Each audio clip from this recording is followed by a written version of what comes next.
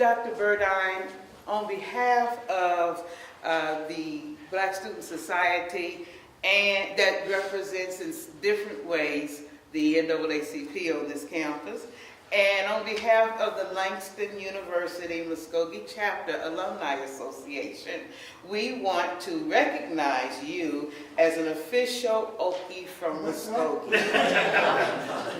And signed by our new president, Mary Ann Davis Reed. And we thank you so much for taking the time to come and having dinner with us and just sharing all of your knowledge with us. Well, thank you very much. Now it's official.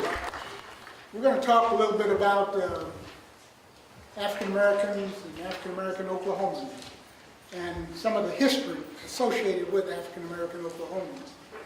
Let me begin again by thanking my longtime friend, Dr. John Winters, for serving as the first point of contact and bringing me before you today. John and I, we have a history that goes back almost 30 years, and we're very, very pleased that number one, he's here at Bacone. John is a man of considerable knowledge and experience, and all of that will certainly serve to benefit Bacone College and the students that he works with and teaches on a daily basis. So kudos and many thanks to Bacone College.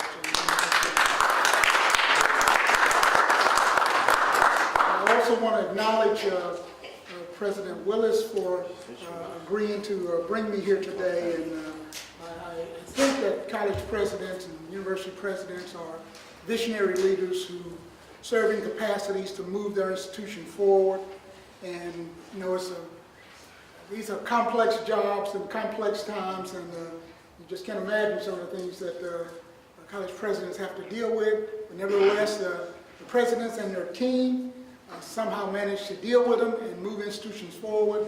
And again, thanks to Dr. Willis for his efforts in representing Bacone and putting it in a position to be one of the outstanding colleges in Oklahoma. I believe the college, with its mission of preparing students to function in the mainstream of society without losing their culture and heritage, takes its mission seriously, and the students benefit from that. The legacy and the history that they gain by attending this institution will certainly benefit them. And again, Bacone is to be applauded on making that connection between education, culture, and history. And lastly, allow me the privilege to introduce someone who's special to me, my wife, Gloria.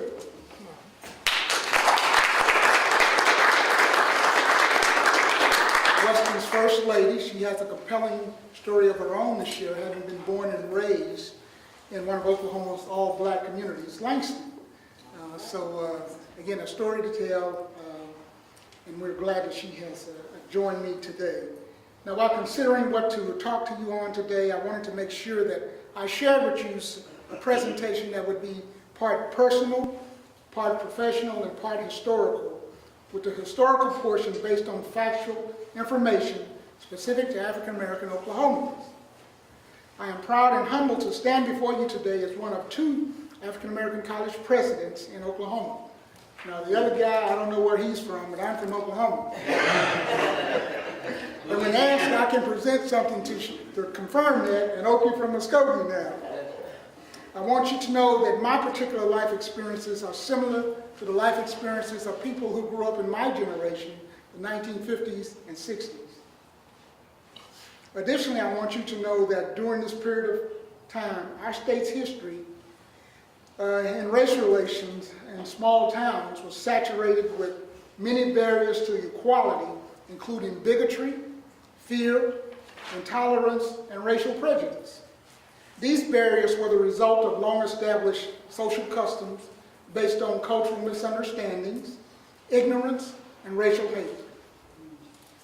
Some of you will be enlightened to know that there were economic and educational struggles of African American Oklahomans during this period of our state's history. Socially, economically, educationally, and politically, Oklahoma was segregated. Some will find it beneficial to learn that there were dedicated African American educators who stressed the acquisition of life skills that went beyond traditional book learning, life skills that one day had the potential to literally save a young person's life. Now, before I get too deep into this presentation, I want to take a moment to share with you two important points. The first point is my deep love for Oklahoma. I love this state and have been fortunate to visit every corner of Oklahoma, from Tom in far southeastern Oklahoma, to Miami in the northeast, to Hollis in the southwest, Slapout in the northwest, and Gammon in the panhandle. Oklahoma has much to offer anyone who takes the time to visit these places and to engage the citizens of those places. Now, I'm going to have a little fun here with non-Oklahomans. But as a Sooner, I'm convinced that people living in states such as Kansas, Arkansas, Colorado, New Mexico, Missouri, and Texas, they moved to those states so that they could be close to Oklahoma. Hey,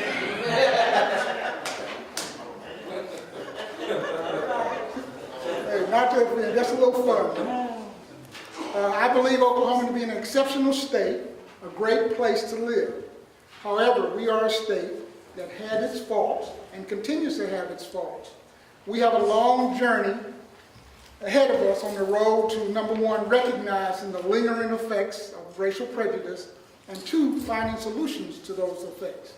Now, that's where you come in, young people at Bacone. You've got to help us. You know, as my hair grows and the years amount for me, you know, my task in life, or my role in life will diminish and yours will rise. The problems will still be there. The issues will still be there. And this is an institution that can equip you to help find solutions to these complex issues that our society deals with on a daily basis. The second point, and it's an important point, it's an important takeaway, is that even though the month of February has been designated as Black History Month, the history of African Americans is not confined to 28 or 29 days in February. Black history is not a static history. It is a dynamic history that changes every day. Just as some new milestone or achievement is reached every day in America's history, the same is true for Black history. This milestone may be in medicine, science, engineering, law, education, military, religion, you name the field or endeavor. History is being made daily, and African Americans are part of that history. I think it's important for you to note that the first history scholar was a man named Dr. Carter G. Woodson. Woodson was the son of former slaves, and he was born in Virginia. He is often referred to as the father of Black history. He was the second African American to receive a doctorate degree from Harvard. The first was Dr. W.B. Du Bois. As an educated man, Woodson's inquiring mind led him to research the past history of African Americans. His research revealed an ugly truth, that very little scholarly material existed on African Americans. So he began the long process of chronicling African American history, which resulted in one of his major books, The Miseducation of the Negro, copyrighted 1933. Woodson would also go on to establish the Association for the Study of Negro History, which is now known as the Association for the Study of African American Life and History. The present-day Journal of African American History is the annual publication of this association.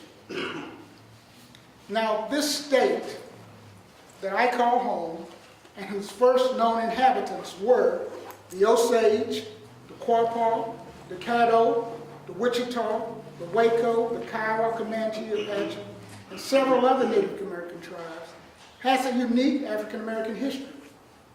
Now, I'll make a few points here.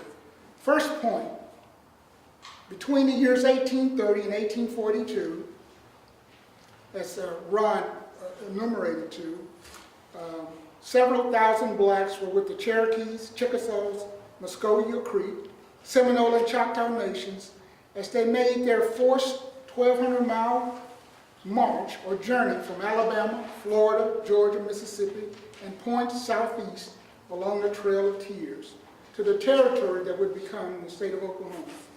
Point two, in the 1860s and 1870s, black cowboys made numerous journeys along the Chisholm Trail and participated in cattle drives along the Santa Fe Trail the Lonesome Dove Trail, the Dodge City Trail, and the Shawnee Trail, which is near present-day Fort Gibson, across what is now the state of Oklahoma. Point 3, on July 17, 1863, African-American soldiers fought alongside Native American and white soldiers in the Battle of Honey Springs or Elk Creek. Now, that's not very far from here. Sometimes referred to as the Gettysburg of the Plains. Honey Springs is located geographically near Rentisville, near Chakotah, south of Muskogee. What's significant about this particular Civil War battle is that white soldiers may have been a racial minority, as there were African Americans and Native American soldiers fighting on the Union and the Confederate side in this engagement. And you know, the racial makeup of this particular battle adds to the complexity of war, and adds to the complexity of our society. You would think that any enslaved people would be fighting on the side of freedom. However, history tells us different. At the Battle of Honey Springs, Confederate troops were defeated and strategic military points along the Arkansas River were secured. Historians have asserted that the defeat of Confederate troops at Honey Springs led to the eventual fall of Fort Smith, Arkansas, which at the time was a major Confederate supply post. Point 4, after the Civil War, the U.S. Congress passed legislation providing for the creation of the 9th and 10th Cavalry units. These were primarily African American units. The 9th Cavalry was assigned to Fort Sill, while the 10th was assigned to Fort Gibson, again right down the road. These African Americans assisted in building other Oklahoma military forts. They fought bandits, they arrested cattle rustlers, they fought Mexican revolutionaries, including Pancho Villa. These units policed the borders during all of Oklahoma's land runs and played a major role in the conflicts with Plain Indian tribes of the late 1800s. They earned the respect of Native Americans who gave them the name Buffalo Soldiers. As the story goes, this name was given to these soldiers because from a distance they resembled bison or buffalo as they rode their horses and wore bison coats for protection from the wind and cold of the Central Plains. Point 5, Edwin P. McKay led a black statehood movement which led to the establishment of 40 to 50 all-black communities. I say 40 to 50, it depends on the source, your resource. These communities were spread throughout the territory and served as a refuge for African Americans to escape discrimination, to seek reinforcement of their ideas, and to acquire some control of their own lives. Some of the more prominent of these communities were Boley, Langston, Clearview, Rentisville, Grayson, Summit, Redbird, Tallahassee, and Taft. Again, communities within this vicinity. My last point here is that Green I. Curran, C-U-R-R-A-N, and Jim Noble were African-American members of the territorial legislature prior to Oklahoma gaining statehood. Following statehood, A.C. Hamlin, an African-American, served in the very first Oklahoma legislature. Hamlin was a Republican from Guthrie, and he served only one term due to racial manipulation of voting and the passing of state laws which led to African Americans being disenfranchised. In fact, one of the very first laws passed by Oklahoma's very first legislature made it illegal for African Americans to vote and to hold any elected office. Seemingly overnight, Oklahoma became like other southern states in its harsh and degrading treatment of African Americans who had settled in Oklahoma with the hope of building a better way of life for them and their families. 60 years were passed before another African American, Ms. Hannah Diggs Atkins, would sit in the Oklahoma legislature. Now, just a little bit about me. I was born and raised in southwestern Oklahoma in a place called Frederick, Oklahoma, which is the county seat of Tillman County, Oklahoma. Mom birthed 10 children. I'm number 3 in that litter. And we worked hard growing up. We picked cotton, we chopped cotton, we did any kind of work to help bring an income into the family. Times were tough, but we worked hard and we tried to persevere, and Mom stressed the value of an education. You know, we labored in those cotton fields from sun up to sundown. And many of you know how hot Oklahoma summers are, but regardless of the heat, in the summers we would work 10 to 12-hour days chopping cotton.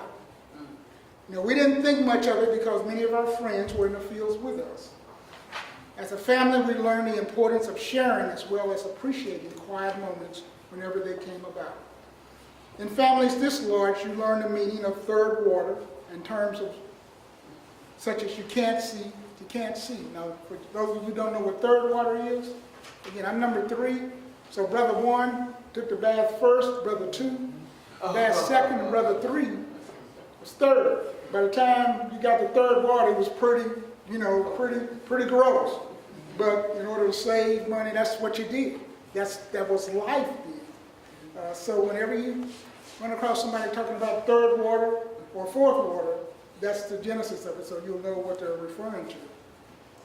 Now, the economic struggles of any family can be very formidable, but they can rise to a whole nother level when other factors come to bear, factors such as unemployment or medical health issues. Now, in the case of African American Oklahomans, these factors were compounded by Jim Crow segregation. Jim Crow segregation was based on national, state, and local laws enacted between 1876 and 1965. These laws mandated racial segregation in all public facilities.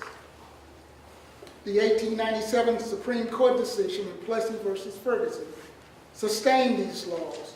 Now, my community, Frederick, Oklahoma, was segregated, fully segregated, until 1966. And that was 50 years ago. That's not very long in the lifespan. Segregated until enforcement of Title II of the Civil Rights Act of 1964 made it virtually impossible for any local or state governmental body to ignore the law without serious consequences. Title II is the part of the Civil Rights Act covering public accommodations.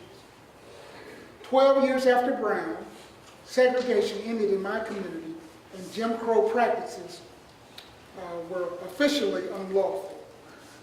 Now, as degrading and difficult as Jim Crow laws were, they could not diminish the hope of a people who had journeyed over the stony road of bigotry and racial discrimination, and who had felt the painful sting of racial hatred. A people who, I believe, found comfort in the words of the prophet Jeremiah, who wrote, "For I know the plans I have for you, declares the Lord, plans to prosper you and not to harm you, plans to give you hope and a future." When you get a chance, check out Jeremiah 29, verse 11. These were the African American people of Oklahoma.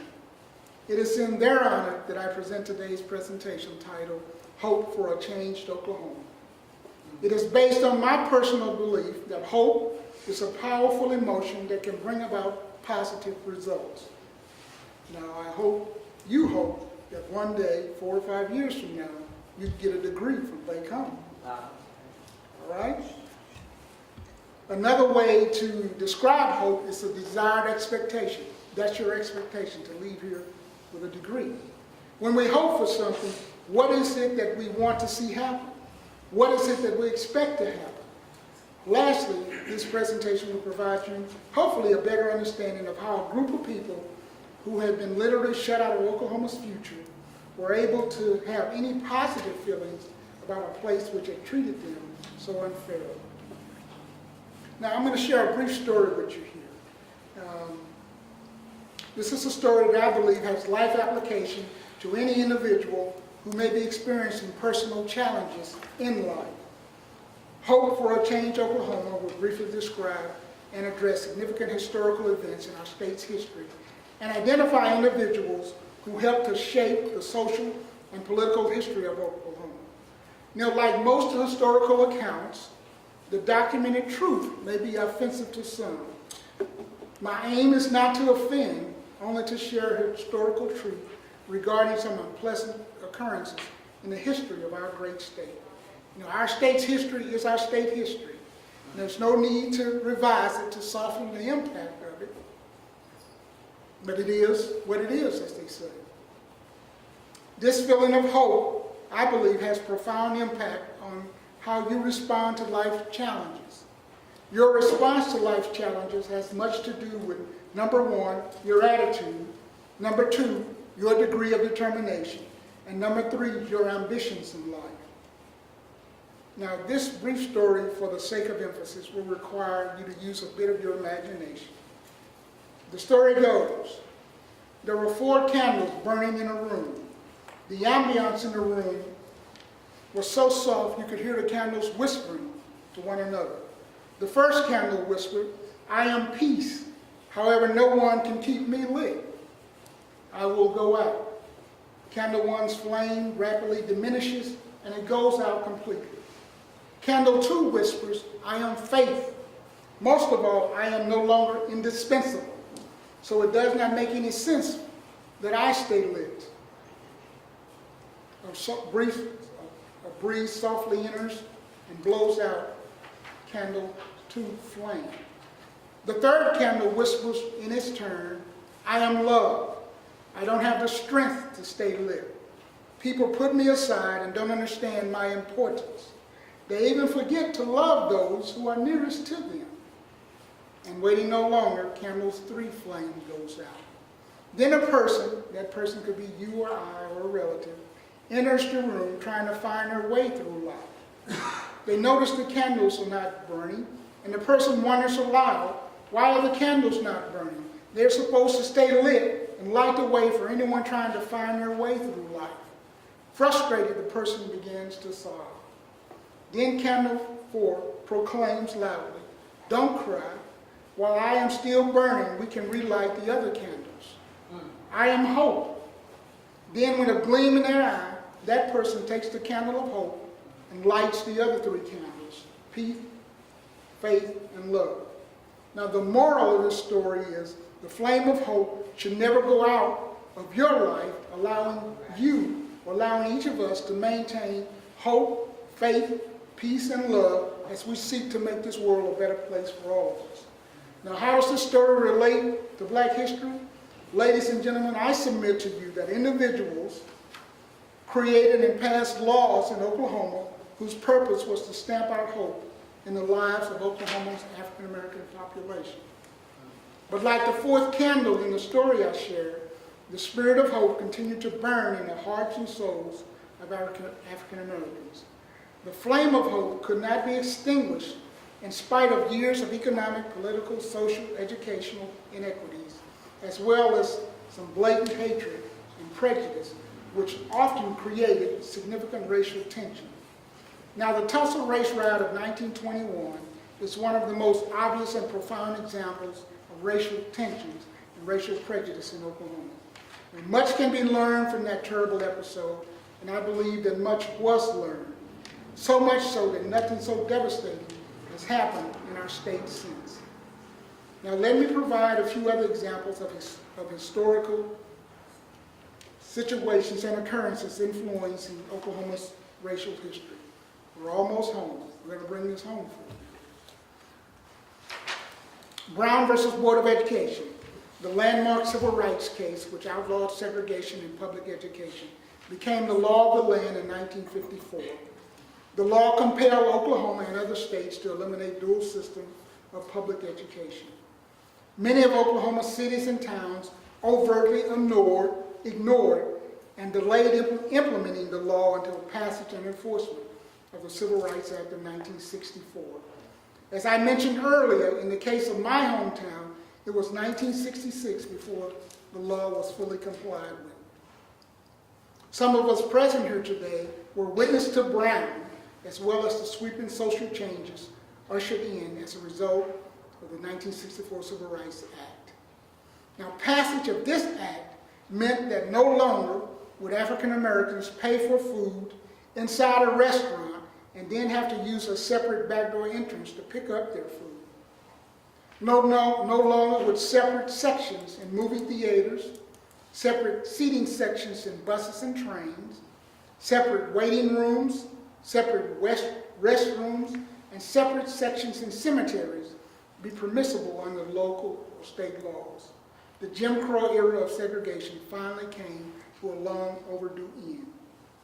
In the years between Brown and the passage of the Civil Rights Act, America experienced tremendous social unrest.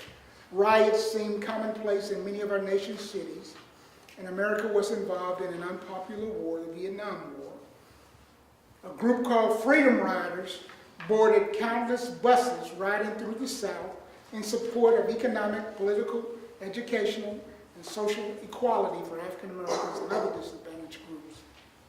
Economic disparities created a new term during this era, the underclass, and lunch counter sit-ins ushered in a new form of nonviolent civil disobedience. Now, Oklahoma did not escape the social and racial unrest that all of the southern states were experiencing. Many brave and determined Oklahomans paved the way for the next generation of leaders to step up and help move this state forward in terms of social, political, educational, and economic equality. Among these brave individuals were Roscoe Dungy, founder and editor of Oklahoma's first black newspaper, the Black Dispatch. Dungy was a fervent supporter of equality and played a major role in Oklahoma's historic civil rights cases. Scipio versus Board of Regents of the University of Oklahoma in 1948, and McLaurin versus Oklahoma State Regents for Higher Education in 1950. Dungy was a leader in establishing Oklahoma's first NAACP chapter and befriended Thurgood Marshall, who later became the first African American appointed to the U.S. Supreme Court. Ada Lois Scipio Fisher of Chickasha, whose 1948 Supreme Court victory led to the integration of the OU Law School. Fisher went on to earn her law degree from OU, to practice law, and would become a professor at Langston University, where she taught yours truly and many thousands of other students. She always encouraged her students to challenge the status quo through the existing legal system. George W. McLaurin. McLaurin won his court case against the University of Oklahoma and became the first black to attend classes in a non-segregated classroom. Miss Clara Looper, who went to school in Grayson, Grayson's right up the road from here, served as Oklahoma's NAACP youth director for many years, and in 1958 began the sit-in movement at Oklahoma City businesses who at the time were refusing to serve African Americans. Mrs. Looper's actions were so successful that other organizations in other southern locations modeled her strategy, specifically students in Greensboro, North Carolina, who gained national attention for sitting in at restaurants who refused to serve them. In recent years, Ms. Looper has been referred to as the mother of civil rights in Oklahoma.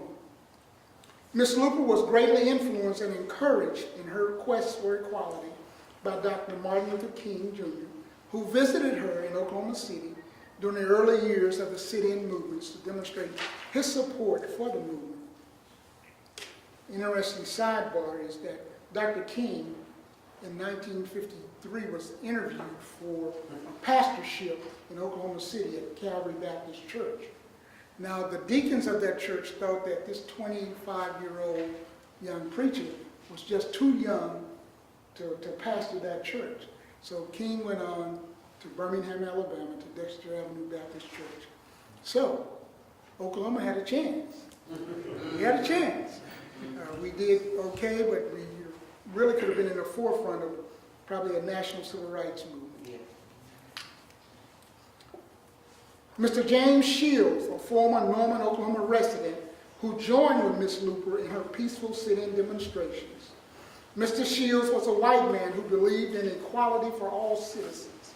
His example is indicative of the fact that men and women of goodwill will come from every racial background and from every religion. It's an example that it proves that it takes all of us working together to to triumph over prejudice and social injustice.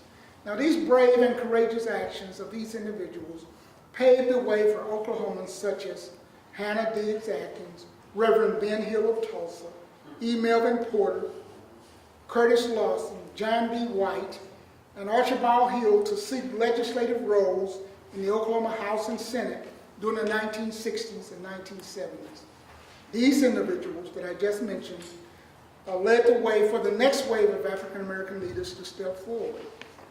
Leaders such as Representatives Mike Shelton, former Speaker of the Oklahoma House of Representatives T.W. Shannon, Kevin Matthews of Tulsa, the late Opio Toure, and Miss Avalon Reese of Muskogee, state Senate leaders such as Bernard McIntyre and Judy McIntyre of Tulsa, Jamar Shoemate, Anastasia Pittman, and former state Senator Connie Johnson. Now, from being totally excluded and shut out of the political process to being elected to positions of power in Oklahoma State Legislature, African Americans have made significant progress in their hope and quest for economic, political, and social equality. Each of the individuals named above were and are extremely important to the cause of advancing social and political human rights in Oklahoma. They were and are important to the history of African Americans in Oklahoma, as well as to the history of Oklahoma. Now, for every person I have named, there are countless heroes and sheroes left unnamed, but who were and are every bit as important as those I have named. Individuals from every walk of life, from every religion, every profession, and every race. Brave Oklahomans who rose up and demonstrated by their action that Oklahoma had to change. I'm proud to report to you here today that their actions have changed our state forever.